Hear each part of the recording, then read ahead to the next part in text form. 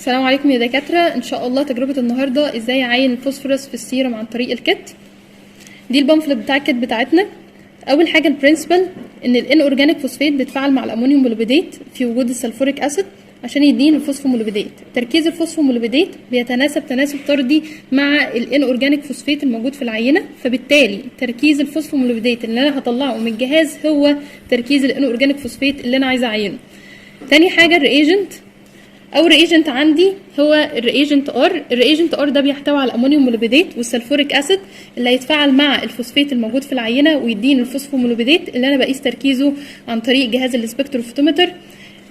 تاني رياجنت عندي هو الستاندرد. الستاندرد بيكون تركيز الفوسفورس فيه معلوم، تركيزه 5 مللي جرام بر ديسيليتر.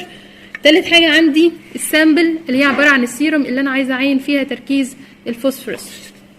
الخطوات بتاعه التجربه بتاعتنا بعمل 3 ابندورف، واحده للبلانك واحده للستاندرد واحده للسامبل.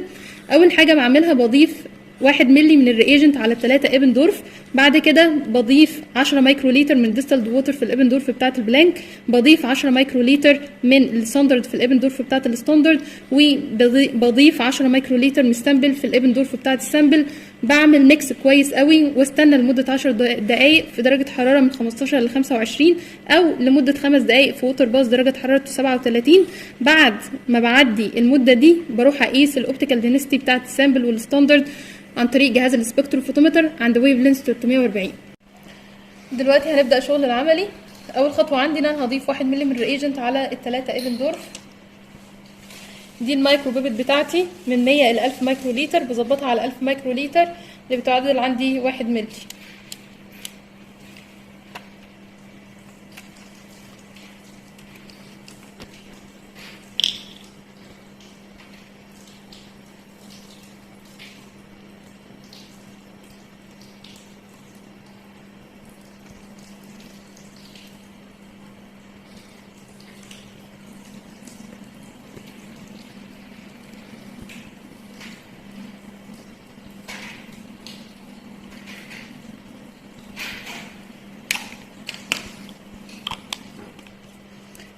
تاني حاجة هضيف 10 مايكروليتر من الديستلد ووتر على الابندورف بتاعت البلانك.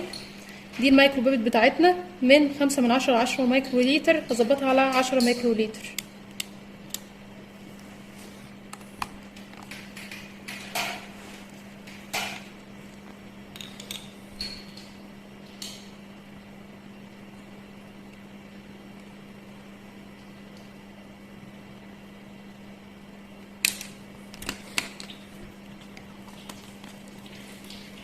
بعد كده هضيف 10 مايكروليتر من الستاندرد في الابندورف بتاعت الستاندرد.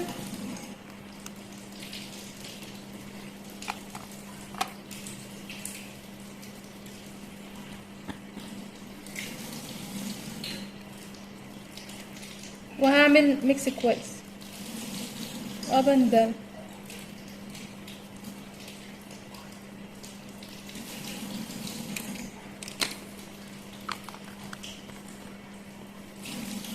اخر حاجه هضيف 10 مايكروليتر من السامبل في الابندورف بتاعت السامبل، يبقى هنضيف 10 مايكروليتر من السيرم بتاعنا.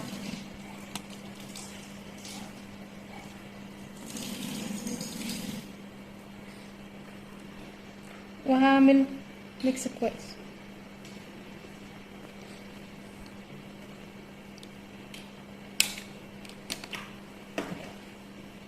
بعد كده هستنى لمده 5 دقائق في ووتر باص درجه حرارته 37. وبعد كده هنروح نقيس الاوبتيكال دينستي على جهاز السبكتروفوتومتر. دلوقتي بعد ما عملنا انكيوبيشن لمده 5 دقائق في ووتر باص 37 درجه، دي الايبندورف بتاعتي، دي البلانك، الستاندرد، سامبل. هنلاقي كل الابندورف عندي كلرليس. ليه؟ لان الفوسفومولوبيدات الناتج الامتصاص بتاعه بيكون في الالترا فايلت رينج، عشان كده ملهوش لون. وعشان كده المفروض ان انا هقيس الاوبتيكال دينستي بتاعتي عند 340 نانومتر.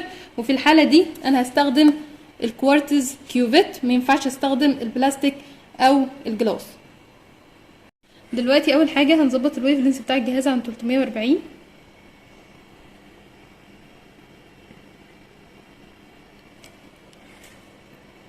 دلوقتي هصفر الجهاز بالبلانك.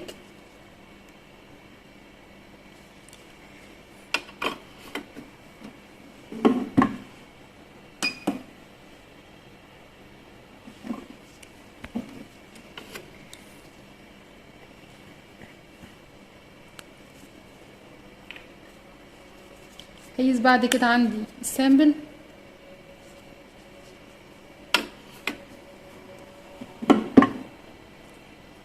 دي قراية السامبل 640.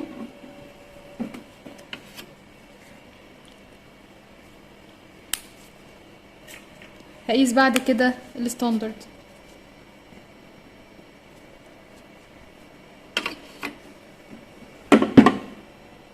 قراية الستاندرد 443 من 1000. بعد ما طلعنا قراية الستاندرد والسامبل من على الجهاز هنعمل الحسابات. عندنا الكونسنتريشن بتاعت السامبل بتاعتي بتساوي الاوبتيكال دينستي بتاعت السامبل على الاوبتيكال دينستي بتاعت الستاندرد في الكونسنتريشن بتاعت الستاندرد. الاوبتيكال دينستي بتاعت السامبل والستاندرد اللي احنا طلعناهم من على الجهاز 640 من 1000 على 443 من 1000 في الخمسه اللي هي عباره عن الكونسنتريشن بتاعت الستاندرد الموجوده عندنا في البامفلت، هتطلع ب7.22 مللي جرام بر ديسيلتر.